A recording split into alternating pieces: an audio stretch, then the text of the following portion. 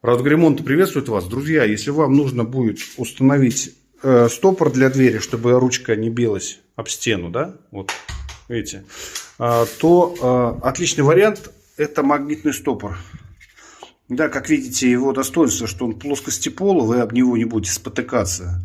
Но относительный минус в том, что вы не сможете его установить в любой момент. То есть это надо об этом подумать заранее, потому что он состоит из двух частей. Одна часть встраивается в пол, а вторая часть встраивается вниз полотна дверного. Да? То есть просто подумать заранее и установить отличный стопор. Буду рад, если мой совет вам был полезен. Не забывайте подписываться и ставить лайки. Всего доброго. До свидания.